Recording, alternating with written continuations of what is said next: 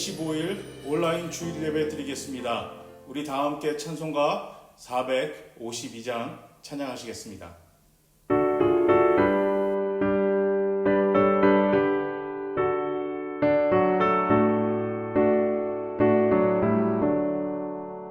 내 모든 소원 기도의 제목 예수님 닮기 원함이라. 예수님 형상 나의 피 위에 세상의 모험에 졌네. 예수님 닮기 내가 원하네. 날 구원하신 예수님은 내 마음속에 지금 교도사 주님의 형상 잊히소서.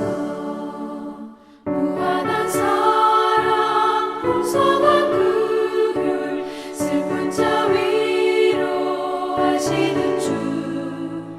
길 잃은 죄인 부르는 예수 그 형상 담게 하옵소서. 예수님 닮기 내가 원하네. 날 구원하신 예수님은 내 마음속에 지금 교도사 주님의 형상 잊히소서.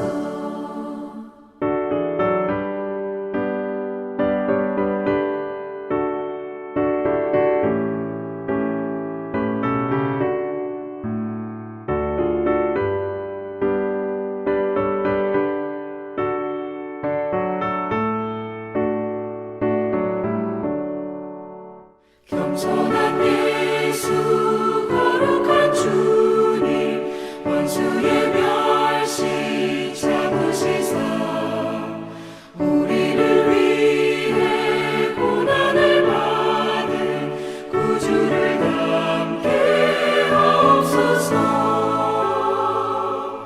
예수님 닮기 내가 원하네. 날 구원하신 예수님은 내 마음속에 지금 교도사 주님의 형상 잊히소서.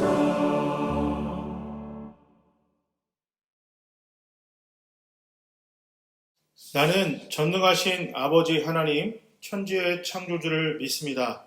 나는 그의 유일하신 아들, 우리 주 예수 그리스도를 믿습니다. 그는 성령으로 잉태되어 동정녀 마리아에게서 나시고 본디오 빌라도에게 고난을 받아 십자가에 못 박혀 죽으시고 장사된 지 사흘 만에 죽은 자 가운데서 다시 살아나셨으며 하늘에 오르시어 전능하신 아버지 하나님 우편에 앉아 계시다가 거기로부터 살아있는 자와 죽은 자를 심판하러 오십니다. 나는 성령을 믿으며 거룩한 공교회와 성도의 교제와 죄를 용서받는 것과 몸의 부활과 영생을 믿습니다. 아멘. 교회 소식 전하겠습니다. 금주도 비대면 예배로 드립니다. 10시에 교회 유튜브로 작년 예배, 어린이 예배에 함께 드릴 수 있습니다. 사회적 거리 두기 4단계가 수도권에서 2주간 연장이 되었습니다. 그래서 예배도 2주간 더 비대면 예배로 드리겠습니다. 하지만 예배에 관련된 것이 계속해서 어떻게 변화가 있을 때에는 여러분들에게 따로 공지해 드리도록 하겠습니다.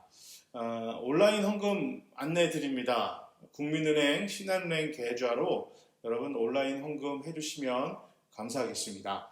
힘들고 어려운 시기지만 하나님께 또 헌금을 함으로 인해서 여러분 또 물질 축복도 많이 받으시고 이 어려운 시기에 잘 또 우리가 현명하게 이겨낼 수 있도록 함께 기도해야겠습니다.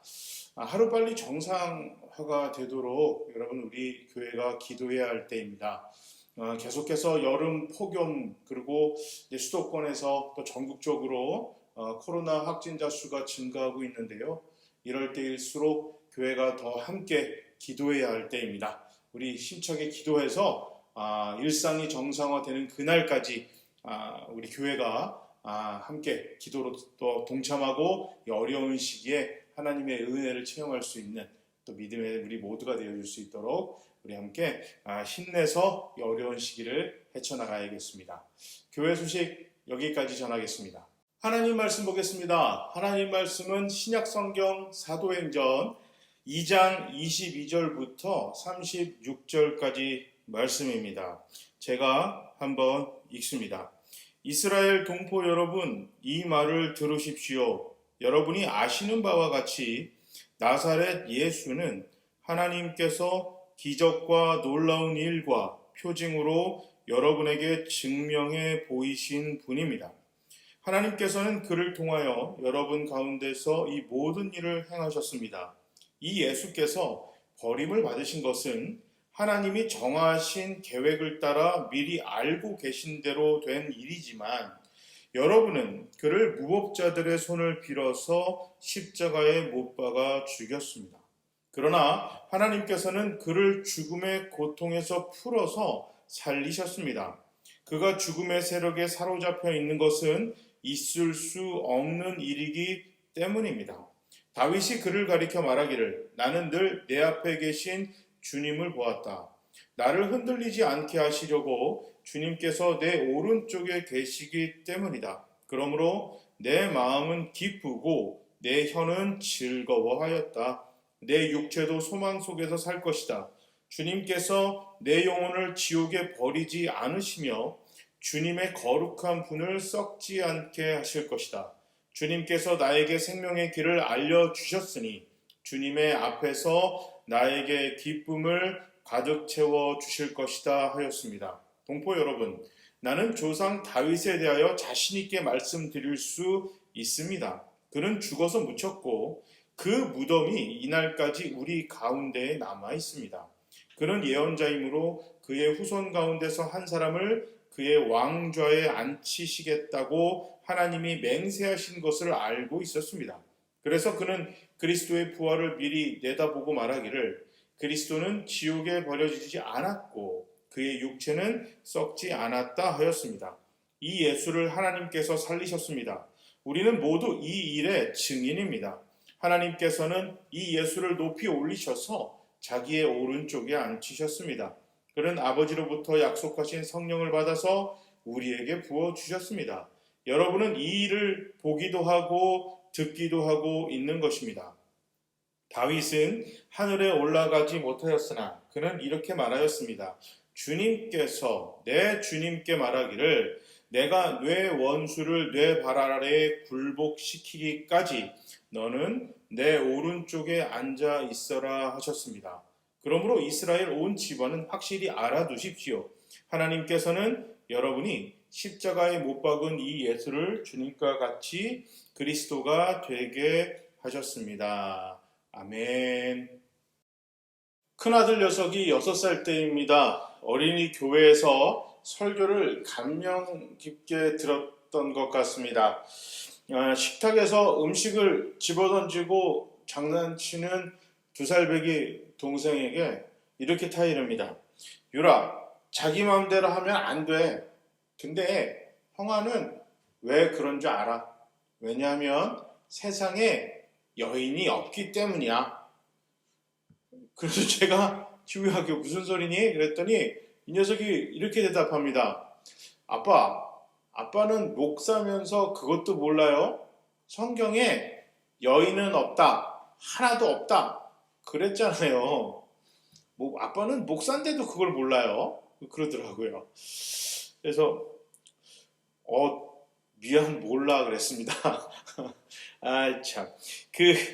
6살 꼬마 아이에게 의인이라는 단어보다 여인이 더 익숙했던 것 같습니다. 자, 아무튼 그래도 동생을 타이르기 위해 성경을 이제 이야기해 줬는데요. 잘못 들어갔죠. 그랬더니 문맥은 뭔지 알겠는데 나오기가 잘못 나왔습니다. 자, 근데 오늘 본문에는 참 다행히도 약 120명의 복음의 증인들은 예수님께서 가르치셨던 하나님의 나라와 복음이 잘 들어가 있었습니다. 그래서 그들은 복음을 이민자 유대인들에게 잘 전할 수 있었습니다. 자, 오늘 배경은 유대의 최대 명절 중 하나인 오순절입니다. 외국에서 온 유대인들 중에는 6월절부터 오순절까지 예루살렘에 머무는 사람이 꽤 있었습니다.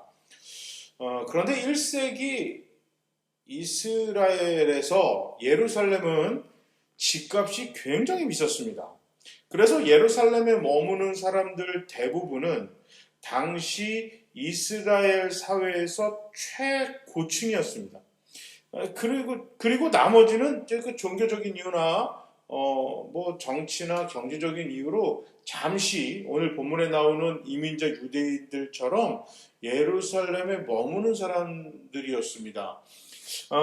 식민지 시대에 피지배층인데도 불구하고 상당히 부를 가지고 있는 경우는 그들의 기득권이 상당한 것입니다. 그들 중 대다수는 변화를 원하지 않습니다. 왜냐하면 그들이 가지고 있는 그 이익과 그 힘이 과연 계속 유지될 것인지에 대해서 상당히 불안해하기 때문에 그렇습니다. 이것은 메시아에 대해서도 마찬가지입니다. 그들의 편이 되어지는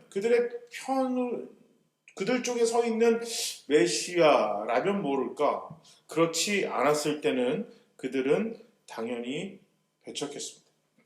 자, 사실 예수님 사역 초기에는 보수 세력인 사두개파, 진보인 바리새파, 그리고 모두 예수님과 한편이 되고 싶었습니다. 그런데 예수님께서 단호하게 모두 거절하셨어요. 자, 정치에 유명한 격언 있죠?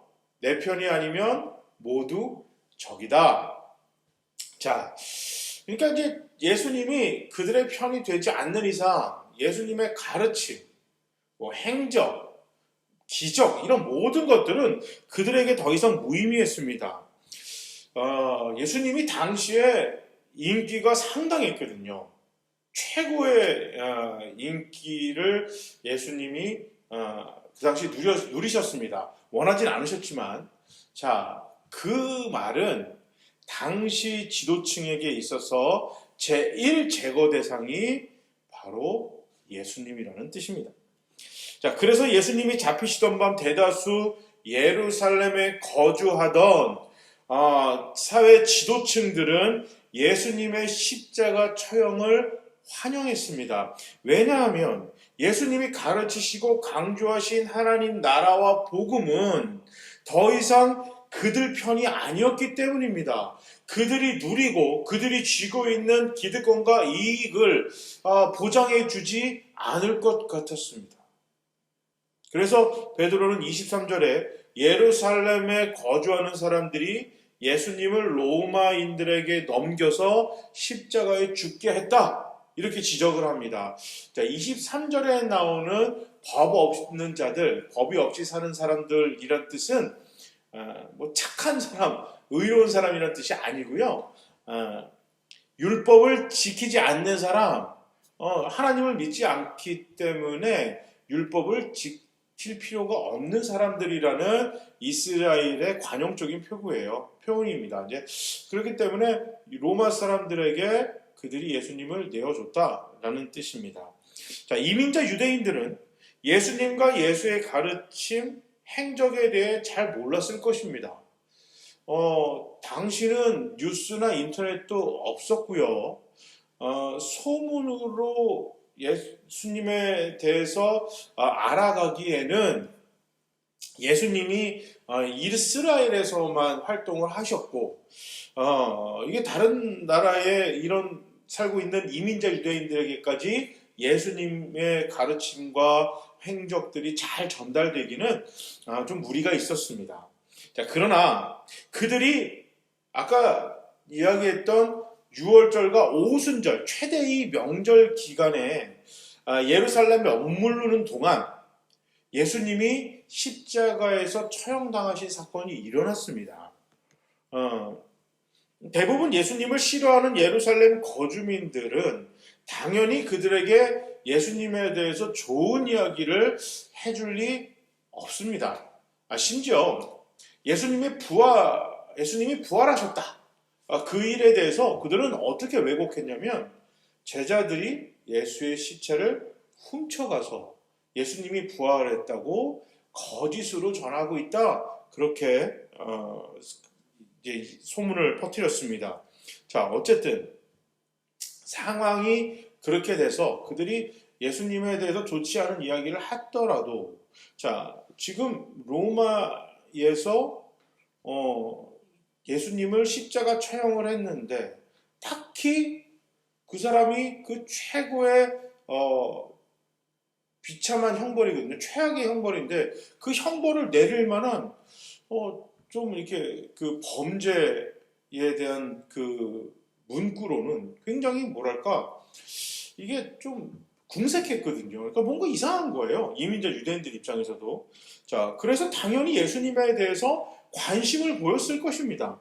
그래서 성령님은 전도의 대상을 변화를 싫어하는 정도가 아니라 거부한 그리고 메시아인 줄 알았음에도 불구하고 십자가에 이제 죽임을 당하도록 로마 사람들에게 잡아서 넘겼던 유대인들, 예루살렘 거주민들이 아니라 지금 예수에 관심이 많은 이민자 유대인들을 복음의 타겟으로 삼으셨던 것입니다. 그래서 성령의 임재가 일어났을 때 120명의 복음의 증인들은 이민자 유대인들에게 복음을 전한 것입니다.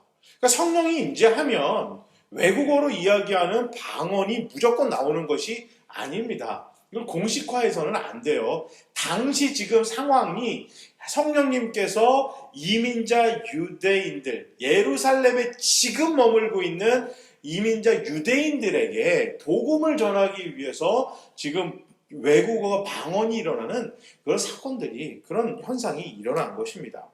자, 베드로는 요엘의 마지막 날들에 대한 말씀을 전한 후에 다윗이 쓴 시편 16편을 통해 예수님이 메시아임을 전합니다.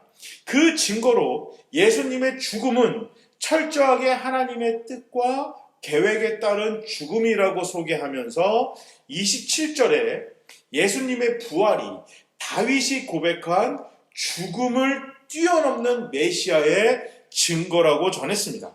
베드로는 유대인들을 향하여 선지자 다윗의 예언 속 나타난 메시아가 분명히 죽임을 당했으나 하나님께서 다시 살리신 메시아라고 지금 이민자 유대인들에게 전하고 있습니다. 자, 여기서 우리가 주목해야 될 것은 메시아에 대한 기록이 성경에 참 많습니다. 그런데 오늘 본문의 성령님께서는 특별히 요엘서와 시편 16편을 선택하셨습니다. 베드로는 또 이민자 유대인들은 이 시편 16편을 이미 알고 있었습니다. 왜냐하면 베드로는 시편 16편을 자연스럽게 전했고 그 시편 16편을 듣는 이민자 유대인들은 그 시편 16편의 뜻을 잘 알고 있었습니다. 성령님이 왜 하필 시편 16편을 선택하셨을까? 이 곰곰이 생각해보면 굉장히 재미있습니다. 자, 당시에 이스라엘이 메시아에 대한 몇 가지 믿음이 있어요. 그들이 메시아가 되기 위한 조건, 강력한 믿음이 있었는데 그 중에 하나가 다윗의 후손입니다. 왜냐하면 이스라엘이 생각하는 메시아는 죄에서 구원하는 메시아가 아니라 다윗의 후손이 이 땅에 나타나서 다윗처럼 당시의 어려운 상황에 이스라엘을 강력한 나라로 만들었던 것처럼 지금 이 어려운 상황에서 모든 그들 이스라엘을 압제하는 나라들을 물리치고 강한 이스라엘, 강력한 이스라엘로 우뚝 서기를 소망하는 메시아였습니다. 그것을 이루는 메시아. 그러니까 다윗과 같은 강력한 왕으로서의 메시아를 원했기 때문에 메시아는 당연히 다윗의 후손이라고 믿었습니다. 자, 아까 얘기했듯이 예루살렘 거주민들이 그리고 또 특별히 종교 지도자들이 예수님의 가르침, 기적, 이 모든 것들을 무시도 하고 왜곡도 했습니다. 그러나 그들이 절대 건드리지 못하는 게 있어요. 그거는 바로 예수님의 혈통입니다. 이거는 뭐 왜곡할 방법이 없거든요. 왜냐하면 모든 혈통 족보는 당시에 각 집안이 관리한 게 아니라 로마의 정부에 다 이게 기록되고 거기에 포함이 되기 때문에 그들이 함부로 자기들 마음대로 예수님의 족보를 훼손시킬 수가 없었습니다. 자, 예수님은 다윗의 후손입니다. 유다 가문이에요. 1세기 이스라엘에 많은 12지파가 존재했던 것이 아니라 거의 다 없고 유일하게 유다 지파만 명맥을 유지하고 있었습니다. 왕족이라기보다는 아마도 메시아를 기다리는 이스라엘 사람들의 강력한 소망이 유다 지파만큼은 유지되기를 원했던 것 같습니다. 자, 아무튼 예수님은 유다 지파입니다. 그것이 의미하는 바는 굉장히 큽니다. 그러니까 이민자 유대인들에게 있어서 예수님이 다윗의 후손 유다 지파 사람이라는 것만으로도 예수님이 메시아라는 그 사실이 그들에게 묵직하게 다가오는 것입니다. 예수님이 잡히시고 돌아가시자 제자들은 모두 도망가기 급급했습니다.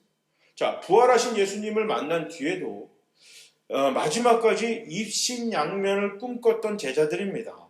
머리 맞대고 성경의 예언을 연구하고 현재 예루살렘 상황을 살펴보니 이민자 유대인들을 복음의 타켓으로 삼자 이렇게 생각할 경황도 없었고 그럴 마음도 없었습니다.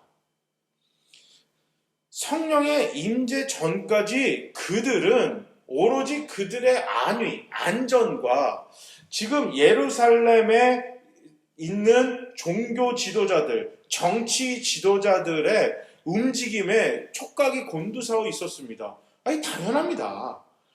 저들이 예수님처럼 자신들도 잡아가서 처형하지 않을까? 아니, 누구라도 그거 겁나는 상황입니다. 아니, 다 여러분들은 모르겠지만, 제가 예수님의 제자였어도 떳떳하게 복음을 전하고, 예수님의 부활 소식을 듣고, 든든하게 바르게 살아가야겠다. 그 생각보다는, 이거 어떻게 하면 이게 내 안전을 유지할 수 있을까? 내 생명을 보존할 수 있을까? 거기에 신경 썼을 것입니다.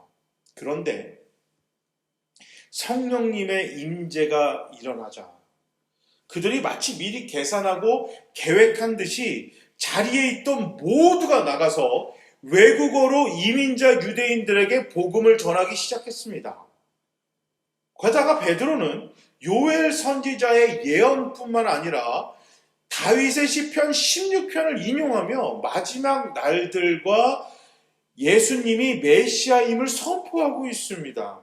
이것이 성령님의 인도하심, 이끄심입니다. 예수님은 그런데 이 성령님의 인도하심, 이끄심, 강력하게 복음의 증인들로서 교회와 하나님의 백성들을, 복음의 증인들을 인도하실 것임을 이미 요한복음 14장 26절에 말씀하셨습니다. 보혜사 곧 아버지께서 내 이름으로 보내실 성령께서 너희에게 모든 것을 가르쳐 주실 것이며 또 내가 너희에게 말한 모든 것을 생각나게 하실 것이다. 아멘. 아멘. 복음의 증인이 되기 위해서는 크게 세 가지가 있어야 합니다. 첫째, 하나님의 올바른 말씀입니다. 그리고 두 번째, 성령님의 임재하심입니다. 그리고 세 번째는 복음의 증인이 되겠다는 우리의 선택입니다.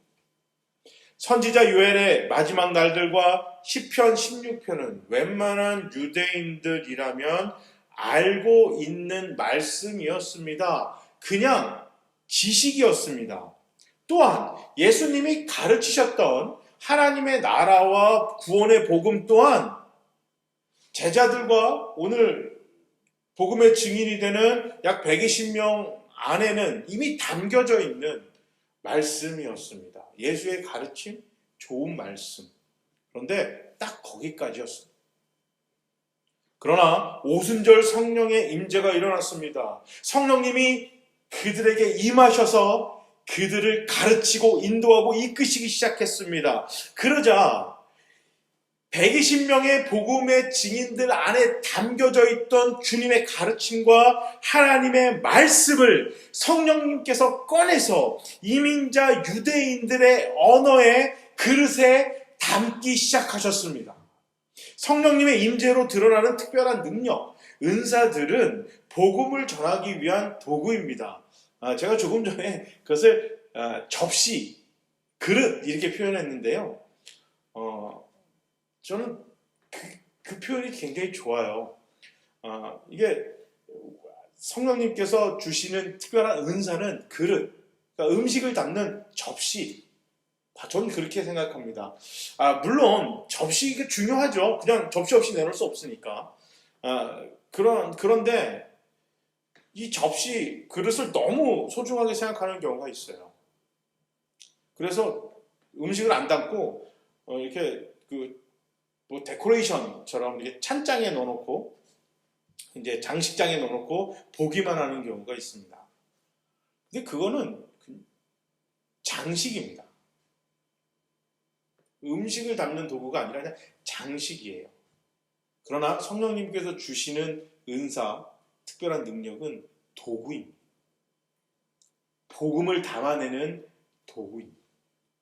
성령님은 120명의 복음의 증인들을 통해 예루살렘에 머물고 있는, 그리고 예수님의 십자가 죽음을 직접적 또는 간접적으로 접한 이민자 유대인들에게 전하기로 계획하셨습니다. 그래서 약 120명의 복음의 증인들이 복음을 전하겠다고 배를 울리자 성령님은 기다리셨다는 듯이 그들 안에 담겨있는 말씀과 가르침을 꺼내서 최고의 요리를 하셨습니다.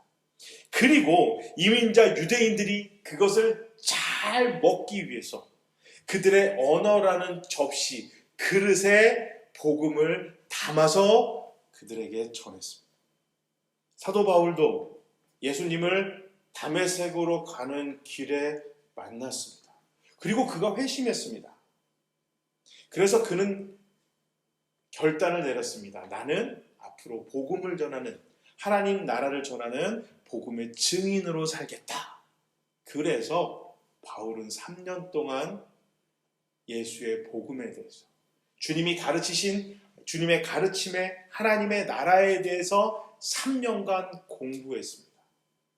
성령님이 그가 복음을 전하는 곳마다 필요한 사람들에게, 필요한 상황에, 필요한 시간에 맞춰서 그 안에 담겨져 있는 말씀과 가르침을 꺼내서 요리를 통해서 특별한 능력이라는 접시에 담아 그 상황에 맞게 대접하도록 바울은 그 안에 하나님의 말씀과 예수의 가르침을 차곡차곡 담아뒀습니다. 성령님의 이끄심은 성령님의 계획과 우리의 노력, 그리고 복음의 증인이 되겠다는 단호한 결단이 있을 때 일어납니다. 지금 우리를 통해 하나님의 복음이 전해지기 위해 성령님은 호시탐탐 기회를 엿보세요. 지금 요리하시기 위해서 이렇게 도구들을 들고 계속 쳐다보고 계세요. 우리가 언제 배를 누를까? 주문 들어왔습니다! 라는 그 배를 누르기만을 간절히 그냥 학수고대하면서 기다리고 계십니다. 버튼을 누릅시다. 아까 우리 아들 여성 얘기했지만 세상에 여인이 없어 이렇게 나오면 안 되잖아요. 세상에 의인은 없다. 거기서 말하는 의인은 무슨 의미인지, 이게 어떤 뜻인지 우리가 알고 있어야, 제대로 알아야 제대로 전할 거 아닙니까? 우리 주일 설교를 통해서 매일매일 여러분들에게 전달해드리는 오늘의 묵상을 성실히 듣는 버튼을 누릅시다. 끝까지 포기하지 않고 그 사람에게 복음을 전하기 위해 성령님 도와주세요, 임재해 주세요, 나를 이끄세요라는 기도를 멈추지 않는 기도의 버튼을 우리 계속해서 누릅시다. 상황에 맞는 성령님의 요리를 배달사고 내지 않고 잘 전달하고 집중합시다. 우리를 생각하고 예상하고 기대하는 것 이상으로 성령님께서 우리 교회와 우리 모두를 이끄실 것입니다. 그것을 믿고 기도의 버튼을 누르고 말씀의 버튼을 누르고 배달을 열심히 하겠다는 성실의 버튼을 누르고 집중의 버튼을 누르고 나는 주님이 만들어 놓으신 성령님이 만들어 놓으신 복음의 요리를 성령님께서 제공하시는 특별한 그릇에 담아 이 상황에 딱 적절하게 맞는 그릇에 담아 복음을 받아들여야만 하는 사람들에게 전달하는 배달원이다. 서빙하는 사람이다. 이것을 잊어버리지 않는 우리 교회, 우리 모두가 되셔야겠습니다. 그렇게 돼야만 합니다. 요리사는 성령님, 우리는 배달하는 사람. 이 두 가지를 잊지 않으시고 우리는 계속해서 요리사이신 성령님에게 복음에 맛있는 딱 적절한 상황에 맞는 요리를 내어드리도록 계속해서 기도하고 말씀을 배우고 말씀을 읽고 또 복음을 전하기 위해서 결단을 하는 배를 계속 누르는 우리 교회 우리 모두가 되시기를 주님의 이름으로 축복합니다. 이 시간에 한번 기도하겠습니다. 복음의 증인으로서 성령님의 임재를 기다리고 하나님 말씀을 잘 전하는 복음의 증인이 되는 교회 우리 모두가 되겠다는 결단을 가지고 내려봅시다. 성령님 우리에게 임하여 주시옵소서. 이 시간에 기도의 버튼을 누릅니다. 말씀의 버튼을 누릅니다. 복음의 증인이 되겠다는 버튼을 누릅니다. 성령님 우리와 함께 하시고 이 자리 우리 모두에게 임하여 주시옵소서. 이 시간 다 같이 한번 기도하시겠습니다. 하나님 아버지 감사합니다. 우리에게 성령의 은혜, 성령의 임재, 하나님의 모든 구원의 그 사랑의 은혜를 내려 주시옵소서.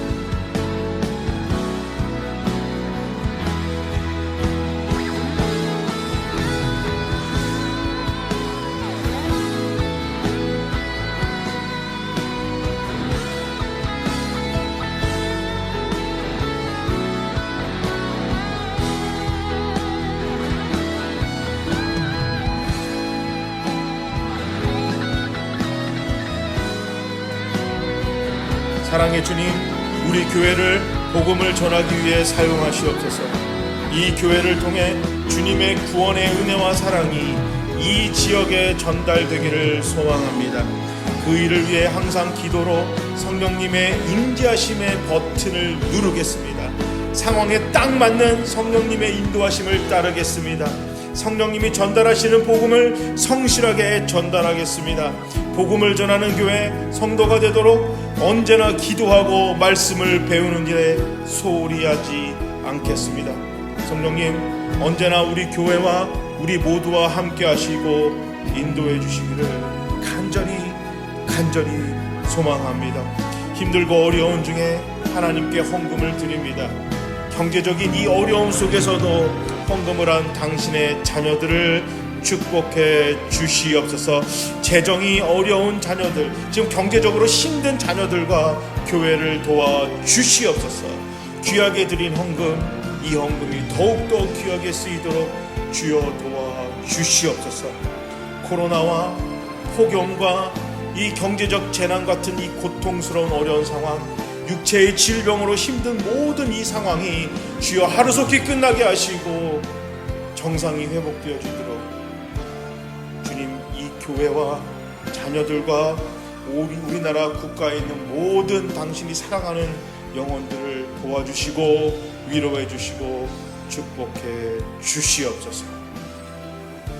여호와는 우리에게 복을 주시고 우리를 지키시기를 원하며 여호와는 그의 얼굴을 우리에게 비추사 은혜 베푸시기를 원하며 여호와는 그 얼굴을 우리에게로 향하여 드사 평강 주시기를 간절히 원합니다. 아멘.